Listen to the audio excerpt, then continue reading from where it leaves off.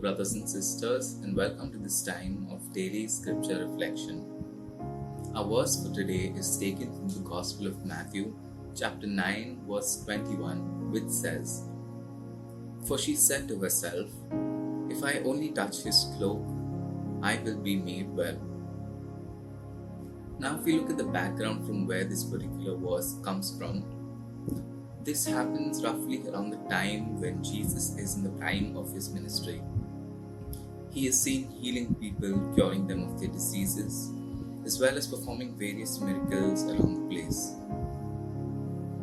And this particular incident of the woman who has hemorrhage takes place when Jesus is on the way to the official Jairus' house, who calls him to heal his daughter who is dying. Now, because of Jesus' popularity, we can imagine that there is multiple people gathered in crowds around him. And amongst this crowds, we see this particular woman who is suffering from this condition called hemorrhage. Now, if we look closely at this particular condition, someone who is suffering from hemorrhage is said to be a person who continuously bleeds, which means that every day that she gets up, every day that goes by, she is continuously bleeding. Now, due to this condition, she is seen as someone who is ritually unclean and was definitely an outcast in society because of it. We can only imagine that she's probably not allowed to go into the temples and even in public places.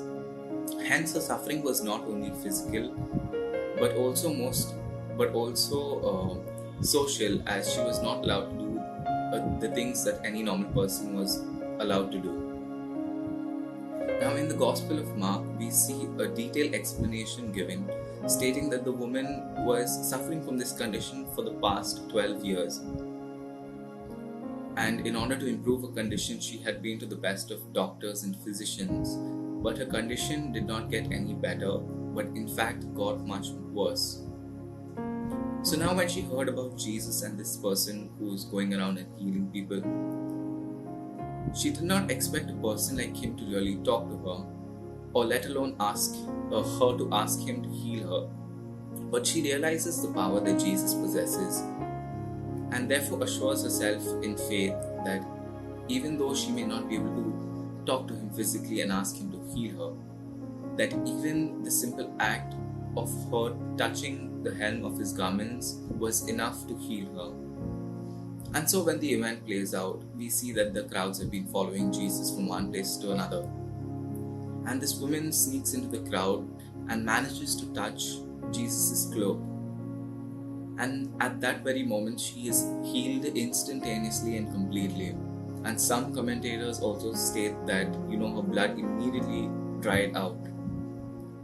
And the intriguing part of this particular healing or miracle is that unlike other miracles, Jesus actively reaches out to the person who is suffering, whereas in this case, this event was something that was unplanned and unexpected, but nonetheless very significant. So now when the woman touched Jesus, Jesus realized what had happened, and in the Gospel of Mark, it is said that he felt the power that was drawn out of him. And therefore he stops immediately and asks around, "Who has touched me?" So now we can only imagine what the apostles have thought at that very moment. So imagine you were in the apostles' place or the disciples' place, and there are crowds all around you. And then out of the blue, Jesus just asks, "Who touched me?" And then the apostles may be thinking, like, literally everyone is touching you, Jesus. But then Jesus kept looking around to find out who it was that touched him, as he realized that it was not any other touch but a touch of faith. Now the woman realized that she was healed and realized what had happened, and took the courage to come out in front of him and admitted that she was the one who in fact touched him, and told him her entire story.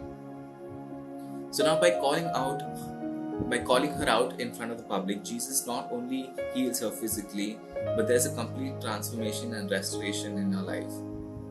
So Jesus then turns to her and says, "Take heart, daughter, for your faith has made you well." So what can we learn from this incident? In times of struggle and in situations where all hope seems lost, what is our response? Are we willing to stretch out our hands in such situations and place our trust in the Lord? Let us take today's passage as a reminder and an invitation to each and every one of us to trust in God and reach out to Him no matter what the situation is, knowing that He is the God of the impossible, and through His grace and mercies, we can be healed completely. Even as we conclude this time of scripture reflection, I invite you now to join me in even as I make this prayer. Our Father, we thank you for the gift of faith that you have given to us. We ask you, Lord, today that no matter what the situations or circumstances that we are going through and that we may be in, we ask you to help us realize that you have not left us alone,